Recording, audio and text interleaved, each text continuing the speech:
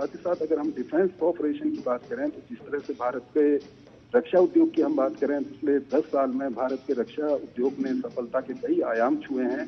तो आज की तारीख में कई सारे देश हैं जो भारत के रक्षा उद्योग में अपना इंटरेस्ट दिखाते हैं, भारत के रक्षा उपकरणों में अपना इंटरेस्ट दिखाते हैं, जो भारत में ही बने हैं। तो ऐसे में भी यूएई और भारत के बीच में जो डिफेंस कोऑपरेशन है वो आगे बढ़ेगा दोनों नेताओं की मुलाकात से, इसमें कोई शक नहीं है। जी चंद्रशेखर, ये बात जरूर हो रही है कि ये पूरी यात्रा दोनों देशों के संबंधों को एक नया आयाम, मजबूती देने के लिहाज से काफ़ी अहम है।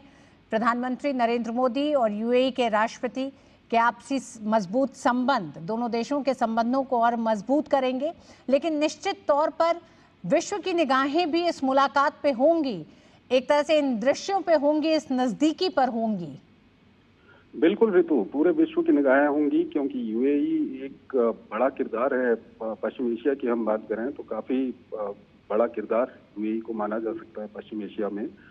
और खासकर जिस तरह की अभी वैश्विक व्यवस्था चल रही है उसमें कौन देश किसके कितने नजदीक है, किस देश के साथ किसके क्या संबंध है, इस पर आजकल पूरी दुनिया की नजर बनी हुई है। तो ऐसे में जब पीएम मोदी और यूएई की राष्ट्रपति की मुलाकात होगी और साथ ही साथ जिस तरह से पीएम मोदी यूएई के राष्ट्रपति को खुद लेने के लिए एयरपोर्ट पहुंचे, इस पर पूरे दुनिया की निगाह लगी हुई होगी, इसमें कोई दो राय नहीं।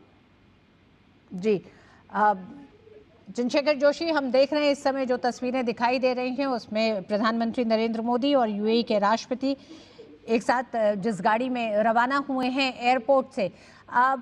विश्व में तमाम देशों के जो संबंध होते हैं आर्थिक रूप से साझेदार होते हैं, एक दूसरे की विकास यात्रा में सहयोगी होते हैं, लेकिन पिछले कुछ समय में वैश्विक परिस्थितियां जो रही हैं, ऐसे में भी भारत की मित्रता, भारत की साझेदारी उन तमाम देशों से एक तरह से मिसाल है दुनिया के सामने कि किस तरह से साझेदारी को, संबंधों को सौहार्दपूर्ण तरीके से दोनों ही देशों के संबंधों के विकास में इस्तेमाल किया जाता है, उसे वैश्विक शांति के लिए इस्तेमाल किया जाता है, वैश्विक स्थिरता के लिए इस्तेमाल किया जाता है।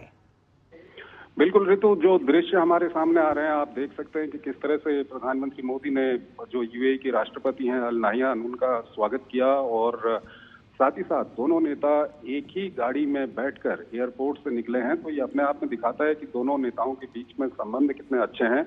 और खासकर डिप्लोमेसी की हम बात करें तो डिप्लोमेसी में बॉडी लैंग्वेज बहुत मायने रखती है। और यहाँ पे आप देखिए कि जब एक ही गाड़ी के अंदर दोनों नेता बैठे हुए हैं और इनकी आप बॉडी लैंग्वेज देखिए तो उससे साफ पता चलता है कि यूएई और भारत के संबंध और खासकर पीएम मोदी और यूएई के राष्ट्रपति के संबंध, ये संबंध अपने आप में अद्वितीय हैं। और आने वाले समय में न सिर्फ ये यूएई और भारत के जो संबंध हैं उनको मजबूत करने में अपना अहम योगदान देने वाले हैं, बल्कि विश्व को भी एक नई दिशा ये देने की ताकत रखते हैं। बिल्कुल चंद्रशेखर, यूएई के राष्ट्रपति की यह यात्रा प्रधानमंत्री नरेंद्र मोदी के निमंत्रण पर हो रही है।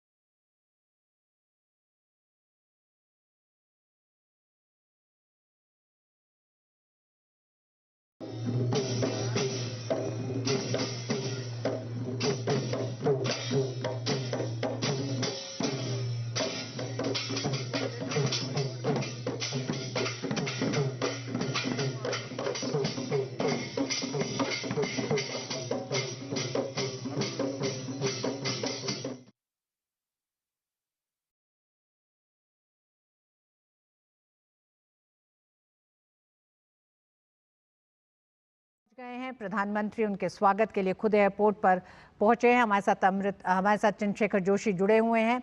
जोशी, यूएई के राष्ट्रपति का ये दौरा बेहद अहम माना जा रहा है, दोनों देशों के रणनीतिक साझेदारी को एक नए आयाम पर ले जाने की दिशा में। बिल्कुल, देखिए काफी महत्वपूर्ण ये दौरा है और साथ ही साथ जिस तरह से प्रधानमंत्री नरेंद्र मोदी खुद उनकी अगवानी के लिए पहुंचे, इससे ये समझा जाता है कि यूएई और भारत के संबंध कितने मजबूत हैं और कितनी मजबूती से ये आगे की दिशा में बढ़ रहे हैं। और साथ ही साथ आज की जो दोनों नेताओं की मुलाकात होगी, ये काफी महत्वपूर्ण है।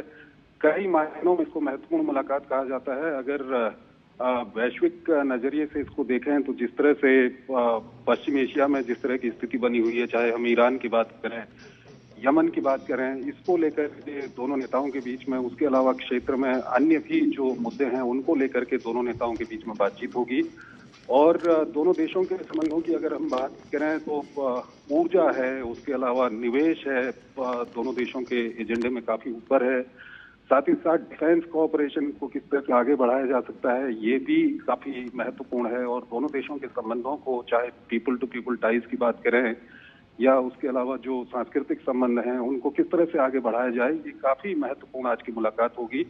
और खासकर जिस तरह से स्वागत हुआ है और प्रधानमंत्री मोदी खुद पहुंचे उनको, उनकी अगवानी के लिए, तो ये अपने आप में दिखाता है कि दोनों देश एक दूसरे के लिए कितने महत्वपूर्ण हैं। और खासकर यूएई की हम बात करें, पश्चिम एशिया की बात करें या पश्चिम एशिया के रास्ते भारत को दूसरे इलाकों से कनेक्ट करने की बात करें, तो यूएई काफी महत्वपूर्ण हो जाता है भारत के लिए। और इसीलिए दोनों नेताओं की जो मुलाकात और बातचीत होगी आज की, वो भी काफी महत्वपूर्ण है। और जिस तरह से जो यूएई के नेता हैं वो कुछ समय के लिए आज भारत में रहेंगे और उनकी प्रधानमंत्री मोदी से मुलाकात होगी, तो इससे भी समझा जा सकता है कि आज की ये मुलाकात कितनी अहम होने वाली है। जी, अब चंद्रशेखर, हम जानते हैं दोनों देशों के बीच राजनयिक, सांस्कृतिक, आर्थिक क्षेत्रों में मजबूत और बहुआयामी संबंध है।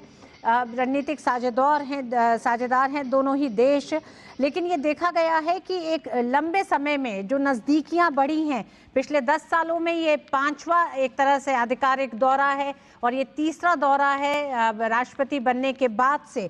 ऐसे में भारत और यूएई की नज़दीकी क्या बड़े मैसेज देती है दुनिया को भी? देखिए, सबसे पहले तो अगर प्रधानमंत्री मोदी और यूएई की राष्ट्रपति की हम निजी तौर पर बात करें तो दोनों के संबंध निजी पर काफी मजबूत संबंध हैं। दोनों लंबे समय से एक दूसरे को जानते हैं और विभिन्न मुद्दों पे और तमाम अंतर्राष्ट्रीय मंचों पे दोनों नेताओं की मुलाकात होती रहती है। और साथ ही साथ अगर दोनों देशों के नजरिए से हम इसको देखें तो ट्रेड एक महत्वपूर्ण विषय है दोनों देशों के बीच में, क्योंकि भारत और यूएई के बीच में काफी अच्छा ट्रेड होता है। साथ ही साथ यूएई भारत को दूसरे इलाकों से, चाहे हम यूरोप की बात करें या वेस्ट एशिया के दूसरे इलाके हैं और कई अफ्रीका भी ऐसे इलाके हैं जहां भारत को कनेक्ट करने में, भारत के व्यापार को वहां तक फैलाने में यूएई काफी मददगार साबित हुआ है। और